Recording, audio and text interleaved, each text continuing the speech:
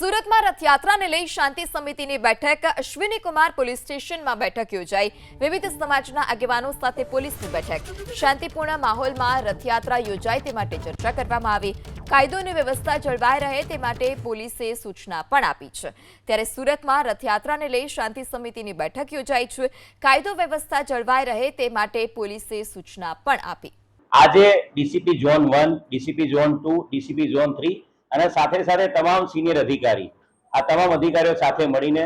જે રથયાત્રાઓના આયોજકો છે એ અને સાથે સાથે ફ્રેન્ડ ઓફ પોલીસ અન્ય ધર્મના તમામ અગ્રણીઓ અન્ય પદાધિકારીઓ તમામ સાથે મળીને 200 થી વધુ લોકો સાથે મળી એક શાંતિ સમિતિ મીટિંગનું આયોજન કરવામાં આવ્યું હતું અને આ શાંતિ સમિતિ મીટિંગમાં રથયાત્રાના સુચારુ આયોજનના ભાગરૂપે ચર્ચાઓ કરવામાં આવી હતી અને ખૂબ જ સરસ આયોજન સમગ્ર સુરત શહેરની તમામ 8 રથયાત્રાઓમાં ખૂબ જ સરસ રીતે આયોજન કરવામાં આવ્યું છે પોલીસનું તમામે તમામ રથયાત્રાના આયોજકો અને તમામ અગ્રણીઓ સાથે ખૂબ જ સરસ ટાઈઅપ અને લાઇઝનિંગ થઈ ગયેલું છે રથયાત્રાના રૂટ ઉપર પોલીસ દ્વારા તમામે તમામ જગ્યાઓ ઉપર મૂવિંગ બંદોબસ્ત સ્ટેટિક બંદોબસ્ત ડીપ પોઈન્ટ બંદોબસ્ત ધાબા પોઈન્ટ બંદોબસ્ત તમામ જગ્યાએ લગાવવામાં આવનાર છે।